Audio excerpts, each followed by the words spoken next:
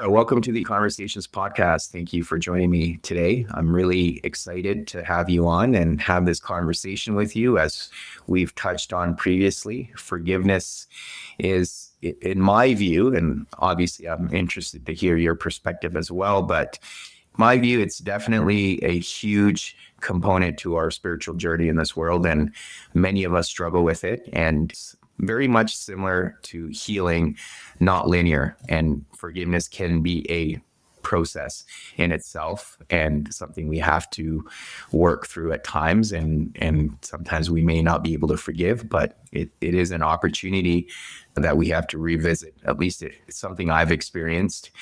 And there's a lot of freedom that comes with forgiveness. And I think a lot of the times we get stuck on this idea that if I'm forgiving, then I'm letting people off the hook or whatever the case may be. But it's this prison we choose for ourselves. So I'm sure we'll dive into all of that. But before we do, I want to give you an opportunity to share with the listeners a little bit about yourself and what's brought you here today. Thank you for that great introduction, and thank you for having me. It's a pleasure to be here and talk to you about forgiveness today. So I definitely can say I was a reluctant forgiveness participant. I pretty much spent I can't say 4 decades, but I was alive for 4 decades and pretty much had a very skeptical view about it. I was born a very spiritual little girl and was always looking for spirituality that walked its talk and had a very practical application. That's just whatever the reason, the lens that I was always assessing spirituality through. And so I'd heard about forgiveness my entire life. I grew up in a house that had a lot of Catholic aunts and uncles orbiting around me and telling me about it.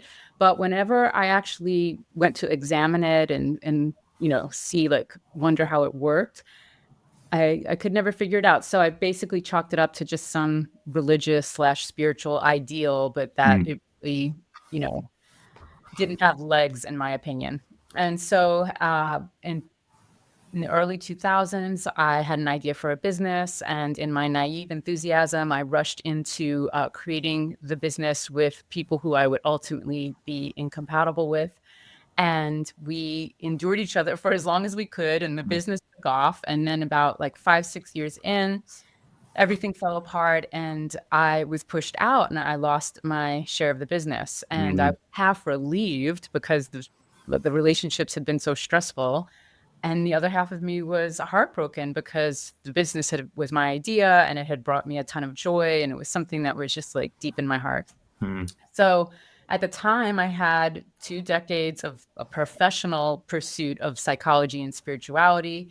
And so I thought, okay, Dara, this is a rough hit, but you have the skills to get through this. You're going to process your emotions. You're going to lean into your significant relationships. You're going to focus on the good. You're going to focus on gratitude. You're going to recreate your life, fill it in with new things. And I did that for 3 years. But 3 years later, I still noticed, and it would happen when I was washing the dishes and folding the laundry, a negative narrative playing in my head about what had happened and how wrong it was and how I deserved some form of justice and on and on it went. And while that was happening, I began to experience a slow slide into a mystery illness that had anxiety, fatigue, insomnia, and the doctors couldn't figure it out. I had a 3-year-old and a 6-year-old, and I started getting extremely upset that something was really wrong with me. And eventually it was October 2012, and I had a down on my knees moment where I'm very intuitive and I'm not psychic at all. I don't see things and know things or whatever, but I am very intuitive. And when I hit these rock bottom moments, I can elicit a message. And so I was in a rock bottom moment and I was like, please give me something right now to guide me out of this. I am so afraid. And the message I got back was to forgive. And a lot of people who, when they hear that message, I did not like that message. And I was definitely had this inner teenager in me that rolled my eyes and thought, oh my goodness, no way, anything but that. But it was so clear that I thought, okay, Dara, you're in a desperate situation. What do you have to lose? Get online, type in find out the 5-step how to forgive whatever, follow it and see what happens. So I typed, it's 2012, I type in how to forgive, and 99.99% of what comes up is why a person should forgive. And then the teeny bit that I could find about how it's like some person on some random forum pleading to the rest of the crowd, like, but how do you do it? Yeah. And the response they got back was, you just do it. Mm. And so I closed my computer and I was like, wow. I was like, I can't just do this. Like, I really do need directions. And so I thought, okay, I have to figure this out myself. And so I asked myself, and this was the question that stepped me onto the forgiveness path. I said, okay, you need to come up with your own set of directions. And I thought, all right, I've been having a negative narrative in my head for 3 years, a negative and resentful narrative. What is the opposite of doing that? And my answer to that question was, oh, I would bless this entire situation with the highest love. And with that answer, I took my first step onto the forgiveness path. And then over the next 48 hours, kind of this whole thing came to me, and I practiced it for 3 weeks. And at the end of the 3 weeks, I felt peaceful for the first time in 3 years.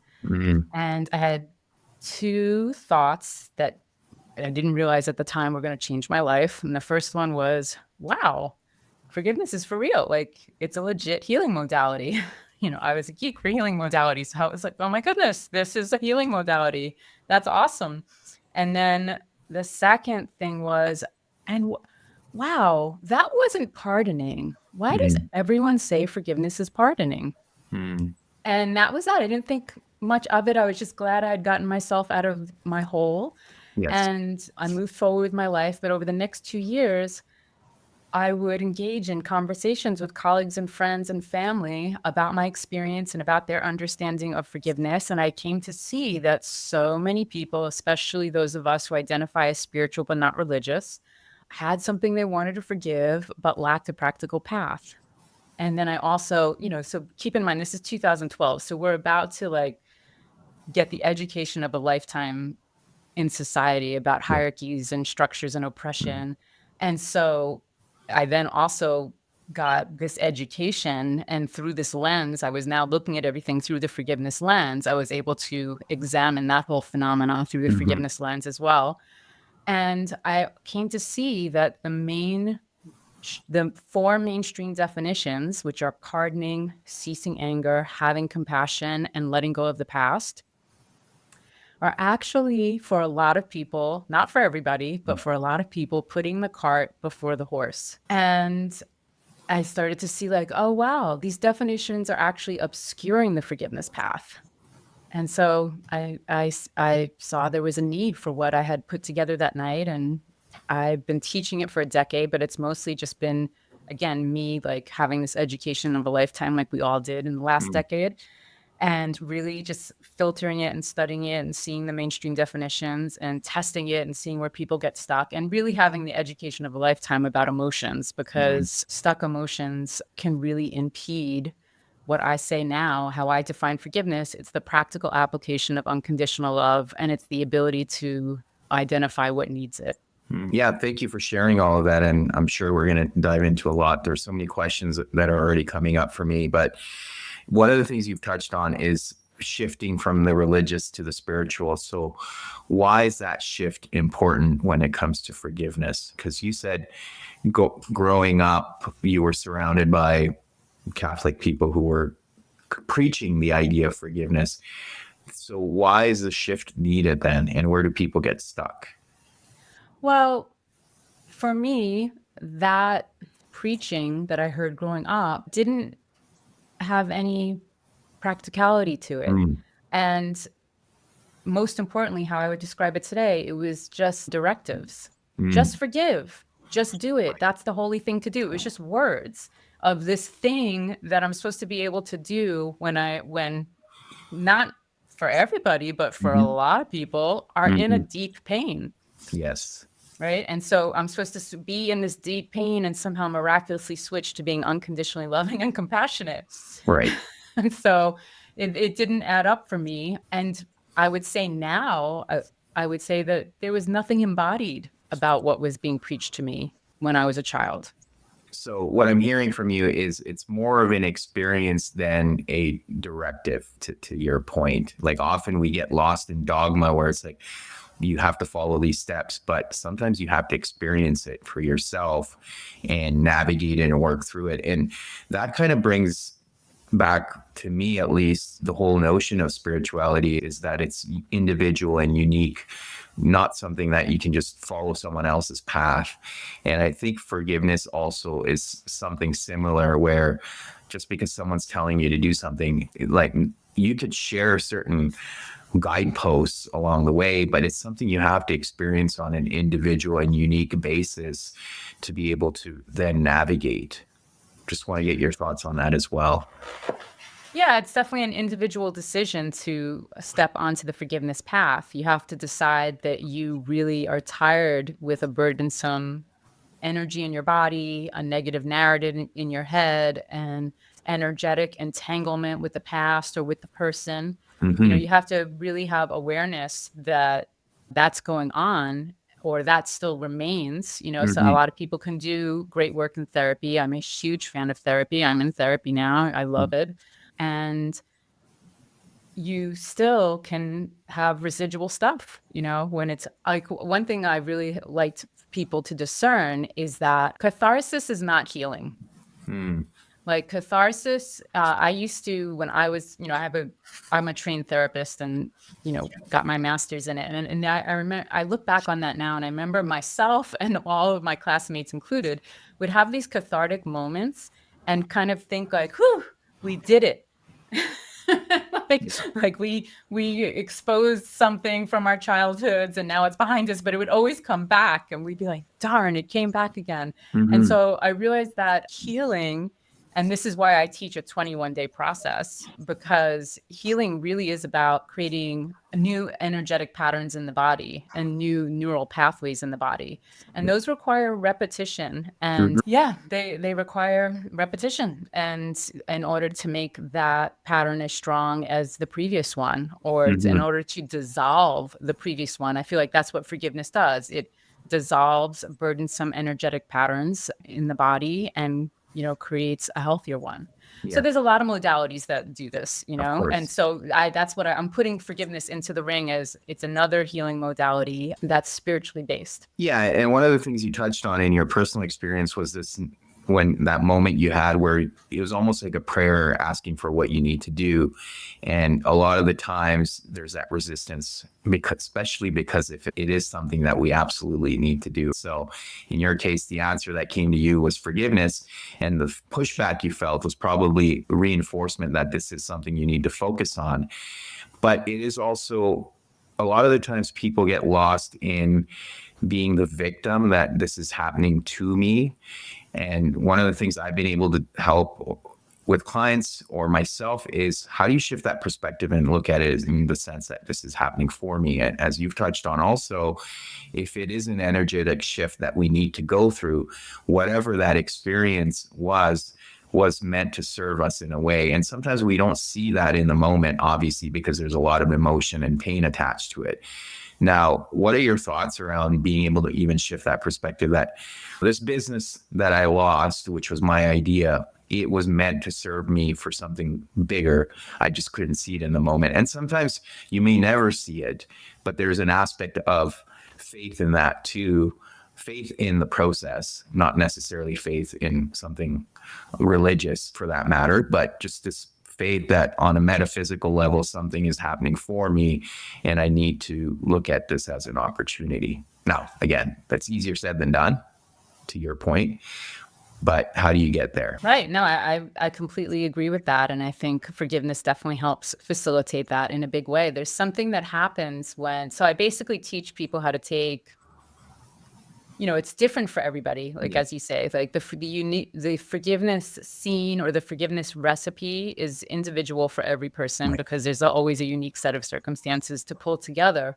But people really see dramatic shifts typically very early on, once something is saturated in unconditional love. So this is a very important piece to my work, is that even though I believe at our essence, we are all unconditional love, in which I would love to swing back to this because you're a meditator, right? Yes. Yeah. So have you ever merged with a great love? Yeah. Yeah. I've had certain experiences where, yes, I feel like I'm connecting to some larger consciousness, is how I would be able to explain it personally. But yes. Okay. So, yeah, often when you talk to meditators, you can ask that question. If you're ever at a dinner table with anyone who's a meditator, it's the coolest question to ask because they often have, really interesting stories about it, or one of the coolest questions to ask. And so, I believe that all of reality is actually this love, and for whatever the Mhm. reason, we have the separation from this love. However, when you're in the pit of betrayal and rupture, I think it's more practical and user friendly to see unconditional love as a separate thing that you have access to and can Mm. apply. So you're not doing the loving. You're not loving your ex. You're not loving this hideous thing that went down to you, went down with you. You're not loving this thing that has caused you a lot of pain. You're enlisting something that can. Mm. And we can even swing back. I'm not Christian, but one of the most famous stories about forgiveness is when Jesus was on the cross and he's being crucified. Mhm. And in his final moments, he looks up and he says, God, please forgive them because they know not what they do. Mm. Mm. And so many people cite this story because he walked his talk to the very last moments of his mortal incarnation. And what I think is so interesting about that story is he actually didn't do the forgiving.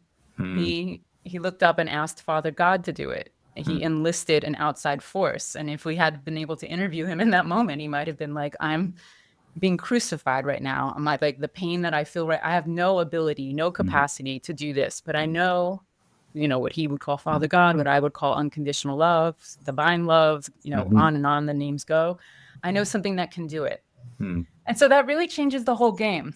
And when people are able to put that piece together and take unconditional love, take a bad situation and merge these two forces and, what I call soak, saturate, infiltrate the situation with unconditional love, there's often an immediate shift Mm. where this awful, awful thing all of a sudden softens. And I'm not saying you're going to have like compassion for your ex, though when people are done with the process, they often feel much more softness and tenderness, Yes. for example. But, what's coming to my mind over and over again, I had a woman who was living with her, husband for 40 years and just so much resentment had built up. And so Yeah. she started doing this practice and he was a good guy, but it was just like the natural resentments of two people cohabitating for decades. Hmm. And so she started doing this practice and it all of a sudden, shifted the lens of resentment, very quickly. Yes. Yes. No, thank you for building on that and coming back to that unconditional love, as you've touched on. Do you feel then for people, because you touched on separation, because we live in kind of this duality, that separation prevents us further from accessing the forgiveness because we feel so separated from unconditional love? So what Oh, that the separation is an obstacle? Oh, for sure, yeah.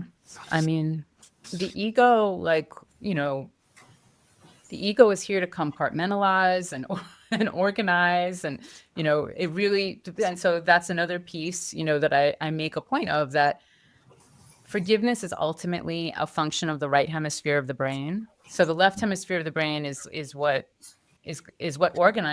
helps us navigate the external world and thus is creating the separation. Yes. And the right hemisphere of the brain is more in merging with the soul and with creation. I once did a podcast with someone who reflected back to me that the right hemisphere of the brain in a Western society is for weekends and holidays. But it's actually the main show, Yeah. the left hemisphere in ideal world is representing the right hemisphere. Yes. So I get people to see, and the right hemisphere navigates the internal world. So I get people to see that they need to make a very big shift from this external awareness, which is huge. Think about how that's developed from Yeah. when we are kids, look outside, look outside, look outside. to like, oh, wait, the freedom I seek is actually from me looking inside. And it's the Mhm. right hemisphere of the brain that has the skills to do that in a really beautiful way. That's why I say we're all actually anatomically designed to do healing work Right. and to forgive and to have spiritual connection and to traverse our inner realm. And I know that the inner realm, but especially because it's so taboo, again, in Western society, can be like a very like for so many people like a daunting switch, right? Mhm. Like what, you want me to go inside? Yeah. And then they might go inside to take a peek and see something weird or something they don't Right. like, and they're like, no, no, no, no, no.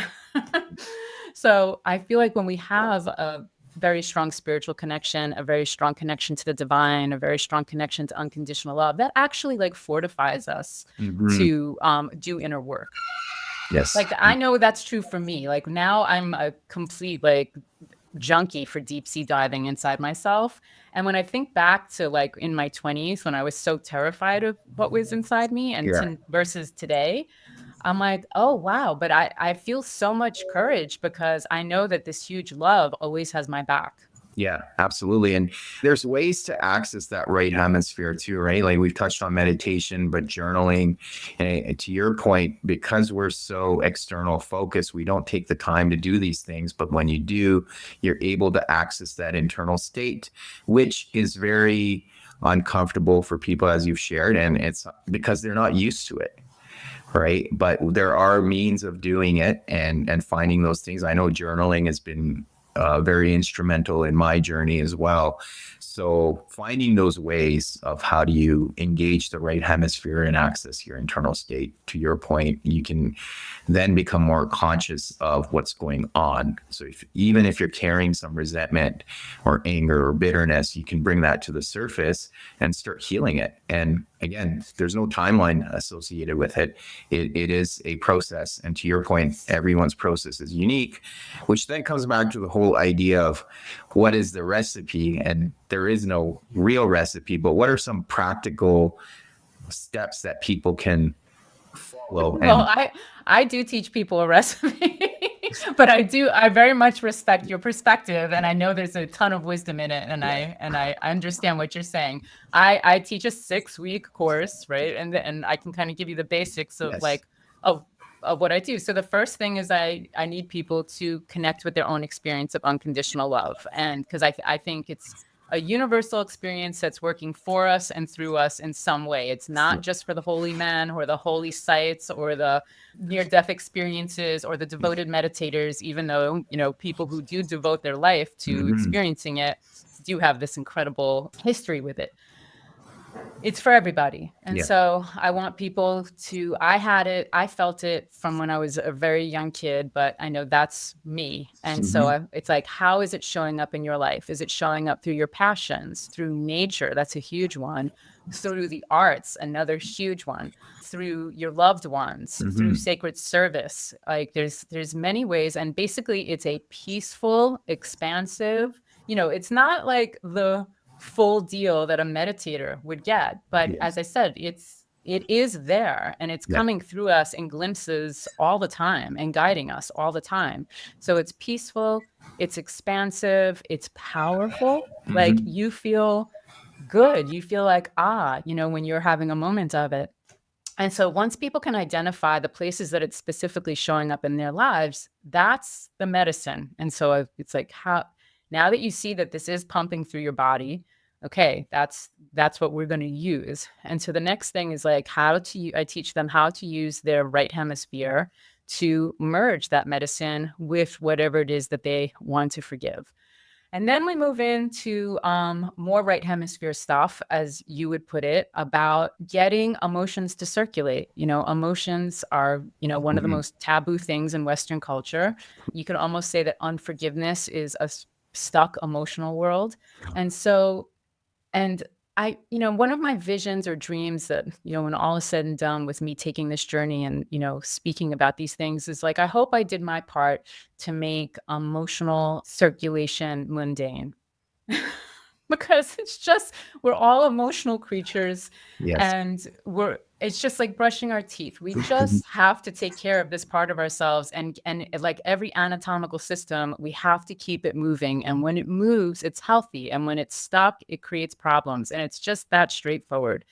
So writing, movement, but very instinctual movement and art. And I always say that 2-year-olds are the gurus of this, you know, Yes. and 2-year-olds have these hideous reputations for being these temper tantrum monsters. However, if you actually watch a 2-year-old having a temper tantrum, they are saying whatever needs to get said, which is what I always invite people in their journal to do. Just say whatever needs to get said. Let it be raw. They're moving however they need to move in a temper tantrum, you know, swinging their legs, swinging their arms. And that's, again, what I teach. Like, just let the body be weird. Let it move however it wants to move. If someone walked into the room and wondered if you were okay, like, you're doing it right. And then the third thing is create, you know, 2-year-olds create, you know, without any judgment. It can be so simple and so pure. Create whatever it is that needs to get created. So that's the next phase of it all, because once somebody implements any of those skills in a very, you know, tending to the emotional world, you know, way, unconditional love can saturate even further. The kind of the biggest wall to unconditional love, like penetrating the body, is a stuck emotional realm. So a fluid emotional realm really like is, you know, unconditional love's, you know, ally. And then I move into the phase of getting people to identify exactly what needs it. And that's different for everybody, you know, but there's typically one, it can be an external facet of what happened, you know, some memory or some moment that just like sends them, you know, into flames when they remember it. Or it can be an aspect of the self. You know, a lot of times people, for example, who experience infidelity and betrayal struggle a lot with feeling worthy. Like, and so it's like, okay, so now how do we like identify these like really core things that are happening for you and dose that with love? You know, I use drug terminology because I kind of feel like that's what it is. It's like this free drug. So Yeah. and then that's it. Once you have those skills in place, I want people to graduate the course feeling like, oh, wow, like I got this and it's mine and I have it for the rest of my life, because the rest of your life is going to have ups and downs. And it never like, it's a practice you do on your own. And I obviously invite a group to do it with me online, but it doesn't also replace like the beautiful work that therapists do, because that's a whole other incredible experience to sit with an individual and go inside with, you know, someone who's an expert at it. You know, there's nothing like it. So I see it as a supplement or complement to individual work. Yeah, no, I appreciate you sharing all of that. So as much as you've got different steps to it, it's fairly flexible and open to each individual's unique experience. So Oh yeah. so it's Oh not yeah. really rigid in that sense, even though there's a bit of structure to it. Now, do you feel that there's different elements people can get stuck on? And then how do they navigate moving through those steps in terms of, say, if I'm stuck on one area, how do I move through that? Like, how do I, and sometimes it means coming back, right? Like maybe you need to retrace some steps and come back and work through them again, because that process can be fairly dynamic as well. Yeah, often I think writing of all the practices that I teach is the most illuminating to see what the core issue may be. But Yes. ultimately, like any stuckness that a person has, I invite them to research that as an energy in the body that's desiring to be seen. And because where is the betrayal today, right? The betrayal today is an energy in the body, right? The past is in the past. It's the residual energy it's asking to be tended to in some way. And I think for everybody that's unique, you know, everyone has an inner child that needs a special thing said to them, that, you know, your inner child needs something that my inner child, you know, needs something different. So ultimately, I feel like when we tap into our right hemisphere capabilities, that information comes forward. And so it's almost like that's one of the biggest moves with the whole thing, is to be able to see the right brain, so use the right brain, trust it, and trust the information that it gives. Because I think it's very much designed to heal. And it's really, again, that we just kind of grew up in a void without any education about that part of the brain and what it can Right. do. Yeah. Like I mean, when you hear words about it, you hear imagination. And so they immediately people think like, oh, you're just generating fantasies.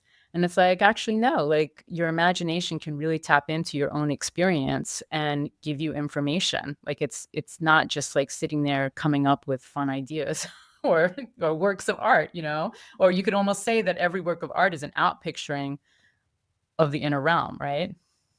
Yeah. And what I'm really hearing from you also is for people not to get discouraged, right? If they feel like they're not making progress as quickly as they would like, or maybe there's retracing some of those steps or going back to continue working with it rather than Well, getting to discouraged. continue, well, Yeah. the whole, to continue, always be curious. Yeah.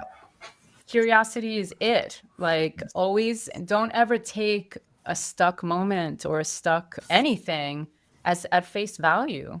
Take it and however long you need to be curious about it, right? It could be years, but it's always just be like, I want to know what this is. I want to know what it wants. I want to Mhm. know how to untangle it. And as long as a person remains curious and not fearful about their embodied experience, like they're eventually going to get there. Like, absolutely. Yeah.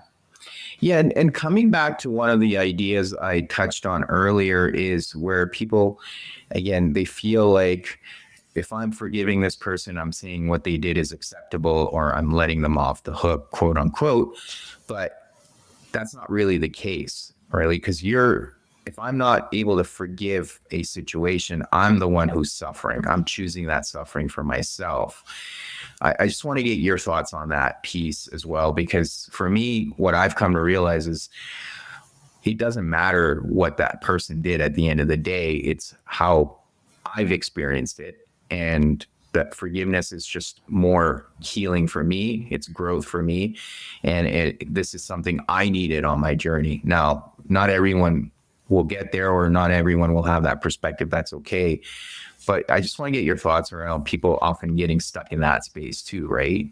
Yeah, that's the mainstream definition of forgiveness is pardoning and reconciliation. Yeah. And, there's this like perfect little feedback loop of someone does something wrong and confronts the other person and that person apologizes and then they forgive. And, in the perfect world, like that's what happens. So one of the ways I help people understand what I'm saying, and so forgiveness is pardoning, right? That definition is going to endure until the end of days. So even though I challenge that definition, more than anything, I'm adding a definition to the dictionary, and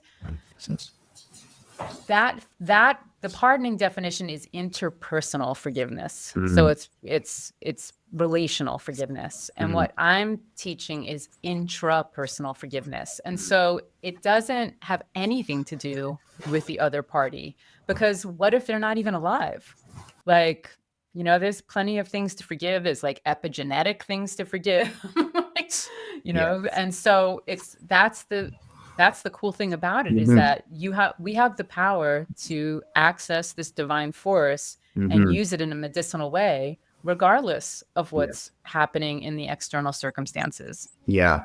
And With this that said, go ahead, ask your question. Sorry. No, I was just sorry to interrupt you there, but one of the things you really touched on that's important, and I see this in many cases, especially when people have traumatic experiences from their childhood, they will often blame themselves. So that whole idea of then forgiving yourself. So as much as you're angry and upset about what's happened, a lot of the times that anger is self-directed, and the forgiveness needs to happen with ourselves, because we will often subconsciously blame ourselves for putting ourselves in that situation or feeling like we deserved it. So how is that factored into this? And do you see a lot of this as well? Because like I said, a lot of these traumatic experiences we may have had in the past, that's where we get stuck and are unable to move out of them. Right. And so that would be, the kind of that would fall into the category of the last things that I teach, is how to identify what needs it. And so, right, there could be, for example, if you suffered a breakup where you kind of examined your part in the relationship, and you realized there was a lot of overgiving, and there was a lot of overgiving that happened because of a childhood that you coped with by giving, Yeah. So of course these things tie in, right? And so you would then into your forgiveness process add that child, Mm. right? And kind of, and there's so many ways to do this. And when I teach the course, people can email me at any time and be like, this is what I'm working with. How do you suggest I arrange the scene in order to do the work? And so there's a lot of ways to do it. But, one is the obvious one is to create a boundary for that Mm. child where they get to be a kid and they don't need to be responsible for any adults, right? And Yes. so I'm just kind of winging it. There's so many complexities to these Of course. scenarios, but that's a common one when you grow up in a difficult childhood, that the kid takes on responsibilities and has to sacrifice their innocence and youth in order to survive. Yes. So yeah, these facets come in absolutely and can be integrated, and it's Right. important to integrate them because that's what makes the whole process whole. And another thing that's coming up for me as you're sharing that is this interesting dichotomy, right? That there's a lot of things you can't take responsibility for, but at the same time, you can fall into that victim mindset and feel like you were a victim of the circumstances. But then there's a level of responsibility you need to take for your own healing, right? You don't have Right. to take responsibility for what other people did. But at the end of the day, you have to for your own healing. Otherwise, you remain stuck in that frame too, where you may be the victim and then you're not making any progress either. And I think part of forgiveness also plays into that as well. Right. I think exactly what you just said. As a child, you are victimized, right? You don't have choice in that situation. But as an adult, when we take full responsibility for our experience, I often think that is the move that has the greatest ROI in life. Right? And it's so radical because it's not, it's a leap to go, oh, wow, like as an adult, I need to completely take responsibility for what's happened, the patterns that happen in this body.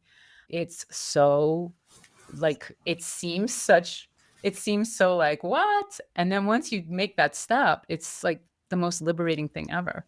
Yeah. And what other question I have is around the steps that you're helping people with. One of the things you'd shared with me previously was this observation of everyone's experience, right? So, how much of that plays into this, right? So, being able to just not only an individual level, but even a collective level, if you're able to observe the experience itself, does that help? I think a lot of the times we've touched on the emotion piece. There's so many emotions involved, but sometimes you just need to observe the experience for what it is. And I'm not trying to undermine whatever you've gone through, but I think it comes back to the whole idea that you touched on and we've talked about a few times is looking at the experience as a lesson, a teacher. So when you're able to observe it, can help in that sense, but sometimes it's tough to get there, right? Yeah. And I almost think, off the top of my head, that for someone who can't embrace an experience as a teacher, I think to myself, fine, like you don't have to see it as a teacher. However, it's still yours to work with. Yes. Right? Like it's still yours. It's not going anywhere. And so you can choose to work with it in a loving and kind and, forward moving way, or you can loop in the narrative. And looping in the narrative, I know when I loop in a narrative, it's very visceral. Like I can feel that it's not doing anything good for my body. Right. And I ultimately, want to, I believe how emotional health affects our physical health, Yes. affects our relational health. And so, that's kind of how I would incentivize. But people who come to my course, like often know that they have some burdensome energy in their body because that's kind of what I asked them to assess before enrolling. It's like, are you able to see? So kind of they already have established awareness, and I know that like as when you first have somebody come into your office, simply developing awareness is half the battle, right? That they have these worlds and emotions and stories and histories that they can work with, that they're not it's something they can work with. And so people who come to my course typically already have that understanding about themselves, and they want to learn how to use forgiveness to dissolve the burden. Yeah, and as you're talking about the narrative too, one of the things I've realized, and this may sound obvious, but there's so many assumptions at play in there, right? So you've created this narrative and there's so many assumptions, and you're now running with this story that you've created, but it's not serving you, as you mentioned. And majority of the times the assumptions are based on our past experiences or our limited worldview. And I think forgiveness can also help us expand our worldview. And then we're not necessarily building narratives on the patterns we've observed throughout life. We're having a more compassionate view of the world. But again, that takes time getting there. But just even testing the assumptions, right? Before even going too far, testing the assumptions can be valuable. And we've touched on journaling and writing, and sometimes just listing them down and seeing how irrational some of these assumptions can be and how they can just take us off track and down a path that's where we often get stuck, is in those. Yeah, I mean, think about, so many of those narratives get created when you're a kid, Yeah. right? So, and when you're a kid, you're grabbing for any narrative that's going to help you get through, right? And you have no ability to assess. You're just like, okay, if this gives me some foundation right now, then I'm going to choose to believe it. Yeah. And again, even touching on your upbringing, I think a lot of the narratives are forced on us through society, through culture, through family.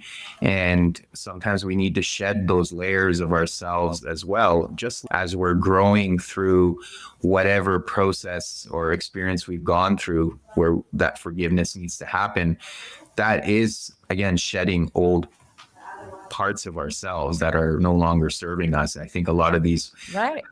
and beliefs are also holding us back. So I think it goes full circle in that sense. Right. Yeah, like when you trace the narrative, you'll find a part, Yeah. right? That's needing the love. And so whether it be the self-love, whether it be the love of an attentive therapist, whether it be the love of if you're lucky, the love of compassionate and wise friends, but if you're lucky. And I'm throwing another love into the ring, there's unconditional love. Yeah. And I like people to have forgiveness in their back pocket, because especially if you're again, when you're in the moments where you feel void of self-love, right? You have those moments where there is nothing inside you that can do it. And so I always say it's like the emergency, fire extinguisher, in those moments where you can break the glass and enlist something outside yourself to keep you afloat and move you forward. But that's what I wanted to touch on also, is that, I also if anyone comes to my website, they'll see that I discern 3 time frames that people can forgive and that I've studied over the last decade. And the first one is the enduring time frame, and that's something that people wake up and are dealing with a chronic illness, co-parenting with a difficult ex, being in the acute aftermath, of a betrayal. And then the next one is episodic, and that's something that happened, but it is completely behind you. And so you have residual feelings about it, but you're not dealing with any of it in present day circumstance. And then epic, and epic is something that's huge, like that went on for years, like a long marriage, a childhood. And often people with epic timeframes, when they hear about forgiveness, you see these people light up because they have something that they wish they could forgive. And then you can, I've watched this enough, and then you also see them quickly tumble into, oh, but too much has happened. And so they can immediately go to a cynicism, like, I would love to forgive my childhood, but like, where would I even begin? Like, they get overwhelmed by the longevity of what happened. And so this is the beauty of the right hemisphere of the brain, is that like, once you learn how to tap into it, it actually shows you what to forgive first, what to work with first. And it presents things to you in a way so that you can heal. Like I fully believe that we are regenerative beings on an emotional level. And so for the people who feel like, oh, I would love to forgive my, 30-year long dysfunctional marriage, but, just too many incidents happened. And I know that they happened. And for epic time frames, I tell people, expect layers. You're going to do like the first layer, and then 6 months, whatever, the second layer is going to get revealed to you. And you're just going to kind of keep going in and keep going in with things until Yes. you feel like the whole thing is cleared from your body. And so, and how I kind of understand things is that it's like kind of accepting something as a karmic curriculum that for whatever the reason, and you may never know the reason, but for whatever the reason, you needed to have. I have things that happen to me that I can't say, oh, this is why it happened. I may never know in this lifetime why this was my karmic curriculum, but I do accept that. I mean, I have no choice but to accept it. Like, what choice do I have? Right. This is my karmic curriculum, and I Yeah. need to work with it as skillfully as possible. Yeah, and the resistance isn't going to help. So I think getting past that point of resistance. So just to recap, you said the enduring, episodic, and epic, just for Right. listeners. And I think, is it fair to say that once you've the process that works for you and had a understanding of how to tap into that unconditional love, as you've touched on, you're able to navigate any of these time frames? For example, if you've been able to navigate an epic one, now maybe you can use the same tools in an enduring time frame as you're going through it, because that could be very tough, right? Especially the enduring piece, because it's just in your face. You work through it, and then again something happens and it's like, okay, I need to work through this again. Yeah. So with the enduring one, I tell people to see forgiveness as a practice, and that it's a practice that's going to keep them emotionally clear. It's going to reveal intuition. I mean, because think about how hard it is to navigate an enduring time frame, right? And so if we have, like, if we don't tend to our emotions, our intuition is going to get blocked, and it's going to be, even a more difficult journey. And I basically say in the enduring time frame to see it as a lifeboat with a life jacket and supplies, some food and water, and you have to traverse this sea for whatever the reason, and forgiveness is going to get you through. And so I do have a lot of people who co-parent with difficult exes. When I first came to the forgiveness path, I had an enduring time frame happening and an episodic, and these time frames overlap. Yeah. But I tell people, again, your body knows what you need to forgive, and it really is about listening to your body. And once you start to develop that relationship, like, you will be led down the path. You don't have to sit there and go, oh, how am I ever going to figure this out? You just need to listen to your body's mind. Your body is a mind as far as I'm concerned, and once you learn to tap into it, it will lead you through. Yeah, and I think whether or not people can get there, but it is part of that karmic agreement.